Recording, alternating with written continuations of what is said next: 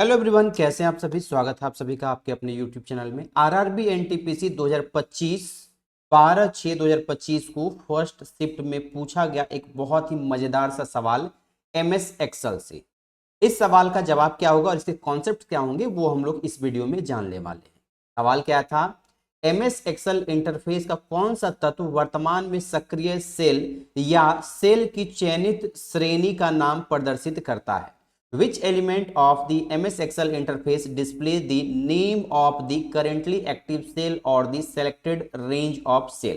यहां पर मैक्सिमम लोगों ने क्या देखा, एक्टिव सेल, और मैक्सिमम से मैक्सिमम लोगों ने इसका जो आंसर टिक किया है वो है फॉर्मूला बार।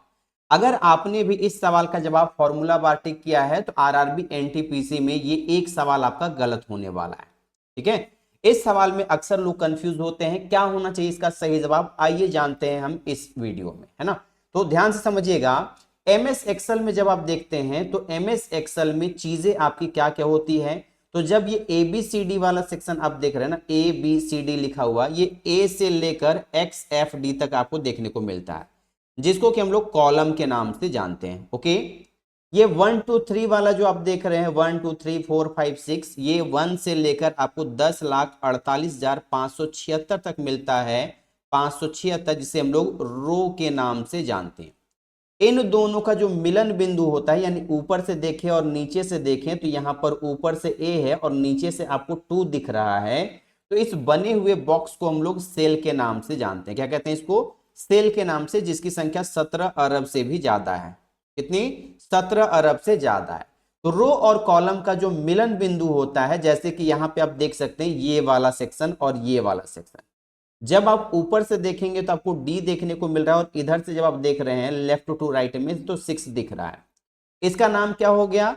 तो ये हो गया आपका सेल, और इस सेल का जो नाम है पहले कॉलम का नाम लिखा जाता है, देन आफ्टर आपका रो का नाम लिखा जाता है। तो इस सेल का नाम क्या हो जाएगा? D6।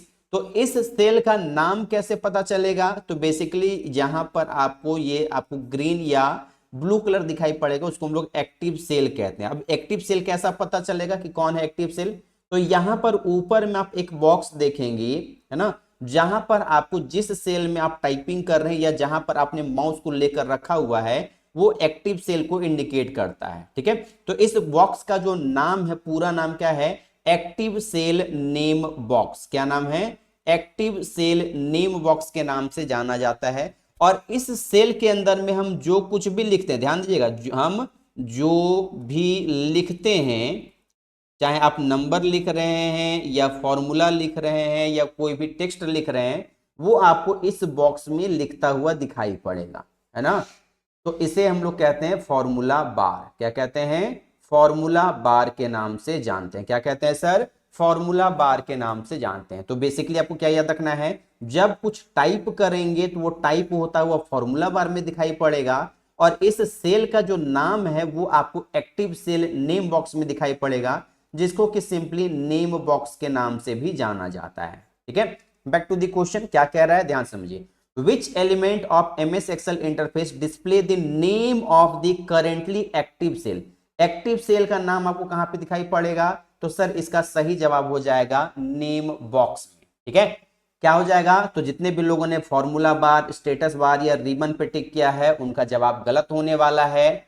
ठीक है, तो इस सवाल का सही जवाब क्या होगा सर? तो नेम बॉक्स, जिसका पूरा नाम क्या है? Active cell name box. Active cell name box के नाम से इसको जानते हैं।